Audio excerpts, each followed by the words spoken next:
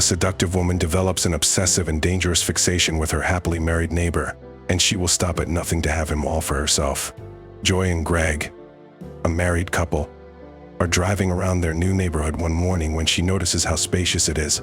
When the wife notices a man waving as they pass by, she asks her husband about it, and he explains people are nice in the South. When they arrive at their new home, Joy admires its beauty. Then she compliments her spouse on doing an excellent job selecting the home. Greg informs his wife that he has already set up some furnishings inside, and that she should go ahead while he fetches their luggage. Inside, the woman walks around the living area and kitchen before sitting on the couch. When her husband enters, she expresses how much she adores their new home. While the couple is kissing, the doorbell rings and they meet their new neighbors Wilma, George, Keisha, and Brandon, who arrive with housewarming gifts. Joy tells the group that they recently moved from Los Angeles. Greg then asks if the neighbors would want to come inside and talk for a while. But George gently rejects because they may need time to unpack and rest. Moments later, the doorbell rings again, and the husband greets another neighbor, Becky, who apologizes for forgetting the housewarming gift. Joy eventually enters and introduces herself to the woman, who suggests they come over for supper sometime. After Becky leaves, Greg's wife teases him about how much he smiled while talking to the lovely neighbor.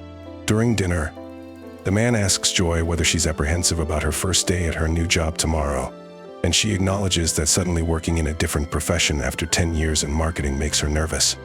So the husband thinks it's acceptable to be scared and that she deserved the executive post. The following day, Greg goes for his morning exercise and runs into Becky at the park.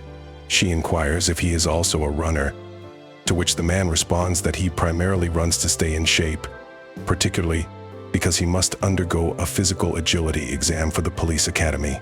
When he asks why she runs, the woman answers her therapist recommended her to do so. In case Greg misinterpreted Becky's therapy comment, she stresses that she is not insane, and he assures her that he realizes that some people simply need someone to talk to. She appreciates his insightful words and points out that, unlike him, she does not have a significant other with whom to discuss her difficulties. To end their run, Becky challenges Greg to a lighthearted race back to their street, which he agrees. Later, as Joy prepares for work, she glances through the blinds and notices her husband and blonde neighbor conversing in front of the house. Then, as she watches Becky flirt with the man's arm, she moves away from the window. When Greg returns home, his wife teases him about passing the conditioning test now that he had a running buddy.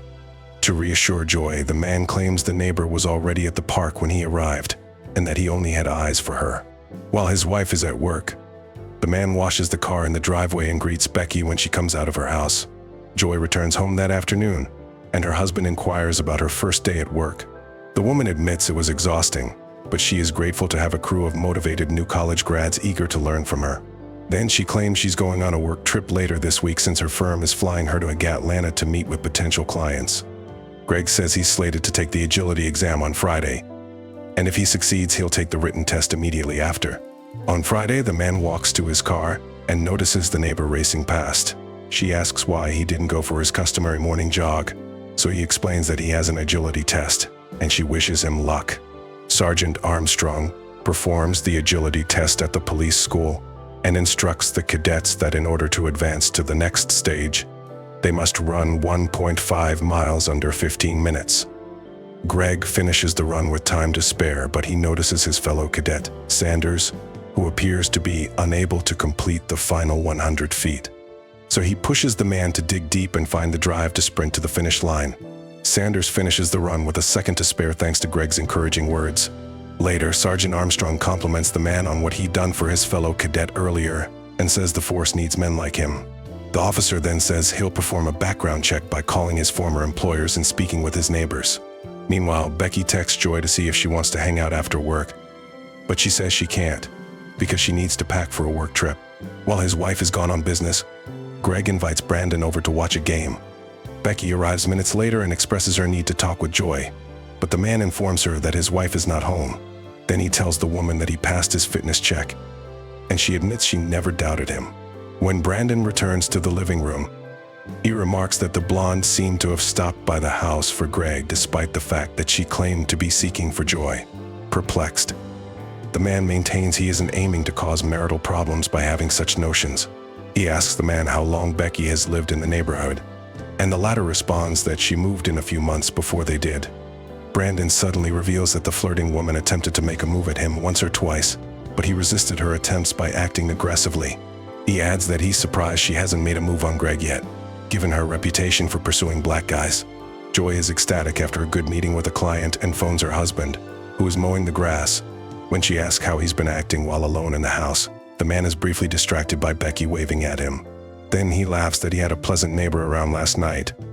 And when the wife assumes it was the blonde, Greg clarifies that it was Brandon. Noticing Joy's concerned tone, the man assures her that she has nothing to worry about in terms of his faithfulness as a husband. That evening, while reading a book on the couch, he receives a bawdy text from his wife, which he answers to. Later, Greg goes outside and notices Becky smoking a spliff in her driveway. She teases the aspiring cop about arresting her, so he says he won't if she shares the illegal stuff. Meanwhile, Keisha observes the interaction from her window and joins in. Greg eventually asks Becky if she dates black males, and she finds the question amusing. She questions how he made the assumption, so he explains that she appears at ease around individuals like him, unlike most white people he encounters with. The woman then snatches the man's beer bottle and takes a swig. Brandon tells his wife in the house across the street that they are most likely just conversing, but she is skeptical.